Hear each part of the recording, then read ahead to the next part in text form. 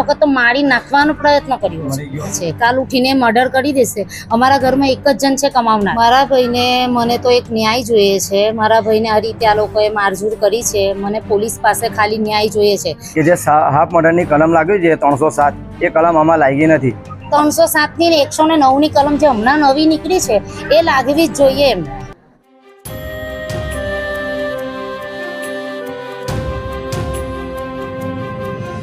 શાક માર્કેટમાં ફ્રૂટની લારી મૂકવા બાબતે થયેલા ઝઘડામાં બે યુવકોએ ભેગા મળી એક યુવકને માર મારી નારિયેળ કાપવાનો છરો મારી દેવાની ઘટના રાજપીપળા પંથકમાં સામે આવી છે। ત્યારે માથામાં ઈજા પામેલો યુવાન હાલ તો રાજપીપળા સિવિલ હોસ્પિટલમાં દાખલ છે, પરંતુ તેણે રાજપીપળા પોલીસની ઢીલી કામગીરી સામે સવાલો ઉઠાવતા કહ્યું છે કે આરોપીઓ દ્વારા તેમની ઉપર છરા વડે જીવલેણ હુમલો કરાયો હોવા છતાં પોલીસે હત્યાના પ્રયાસની કલમ ન લગાડતા ભોગ બનનાર અને તેના પરિવારજનો દ્વારા પોલીસની કામગીરી સામે રોષ ઠાલવવામાં આવ્યો છે।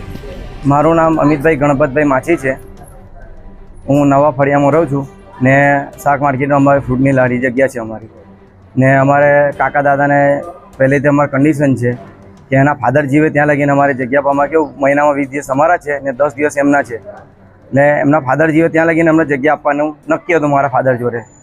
ને હવે આ લોકોએ એમનો વારો ચાલુ થાય ને એમનો તો વારો એમને પૂરો થયો ને પૂરો થતાં હું જગ્યા કેવું સાફ કરવા જાઉં સાંજે કાયમ માટે એ જગ્યા સાફ કરવા ગયો હતો તો એ નાનો ભાઈ નિતેશભાઈ કરીને છે એ મને પૂછે છે કે તું જગ્યા શા માટે સાફ કરે? તો મેં ભાઈને એવું કીધું કે મારો કાલથી વારો ચાલુ થાય છે તો હું જગ્યા સાફ કરું છું।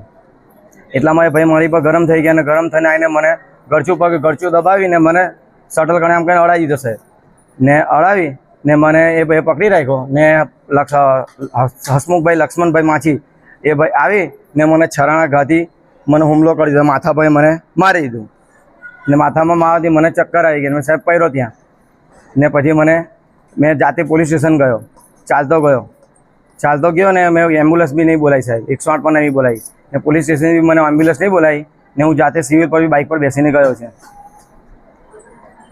ને એમાં વાંધો એવો છે કે જે હાફ મર્ડરની કલમ લાગી છે 307 એ કલમ આમાં લાગી નથી। અમારી અપીલ એટલી જ છે પોલીસ સાહેબને કે જેથી બને તે એમની પર હાફ મર્ડરનો કેસનો ગુનો દાખલ થાય। અમે ટાંકા મને વધારે ટકા છે પણ 4 અંદર લખાવ્યા છે કે મારા ફાધરે જે આપવાનું નક્કી કરેલું એમને 10 દિવસ મહિનામાં એ હવે એમને આપવાના છે નથી ને જો એ લોકો કોઈ પણ જાતનો લડાઈ ઝઘડો કે મારઝૂડ કરશે જેની જવાબદારી પોલીસ સાહેબની રહેશે। હા ને અમારા બધા છોકરા છે, અમારું પરિવાર છે, એમને કોઈ પણ જાતની ઈજા પહોંચાડે એની બધી જવાબદારી પોલીસ સાહેબની રહેશે। મારા ભાઈને મને તો એક ન્યાય જોઈએ છે। મારા ભાઈને આ રીતે આ લોકોએ મારઝૂડ કરી છે। મને પોલીસ પાસે ખાલી ન્યાય જોઈએ છે કે બીજી વખત મારા ભાઈ લોકો પર આવું આ લોકો કરી ના શકે। અને આજે તો ઘા માર્યા છે, કાલ ઉઠીને મર્ડર કરી દેશે। અમારા ઘરમાં એક જ જણ છે કમાવનાર, એક પગથી તૂટેલો છે, એક જે છે તે આ છે। એટલે આ મને પોલીસ દ્વારા આ જોઈએ છે કે મારા છોકરાઓની મારા ભાઈની રક્ષા મને જોઈએ છે અને બીજી વખત આ લોકો આ ઉપાય મારા ભાઈ પર કરવા ના જોઈએ। પીઆઈ મેડમે તો અમને સપોર્ટ કર્યો, કીધું બી એમને કે તમે વાંધો નહીં, જે હશે અમે જોઈ લઈશું। અને આ જગ્યા માટે મારા ભાઈએ મારા પપ્પાએ વિડીયો મને ઉતાર્યો છે, સ્ટેમ્પ પર અમે લખ્યું છે કે આ જગ્યા હવે એ લોકોને કોઈ આપવામાં આવે નહીં।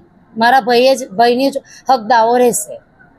ને બે ભાઈઓ છે મારા, એક મોટો છે ને એક નાનો છે અને આ લોકોએ ઘટના એક વખત ને બીજી વખત કરી છે ને આ વખત તો મારી નાખવાનો પ્રયત્ન કર્યો છે। મરી ગયો હોત તો અમારું કોણ?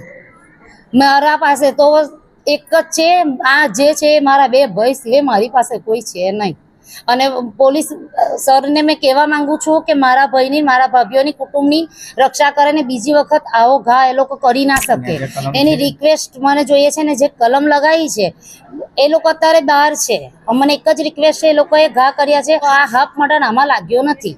એટલે એનાથી વિશેષ મેં કહેવા માંગુ છું કે મારા ભાઈને ન્યાય જોઈએ છે। ન્યાય મને 307 ની ને 109 ની કલમ જે હમણાં નવી નીકળી છે એ લાગવી જ જોઈએ એમને કે એવું ના થાય।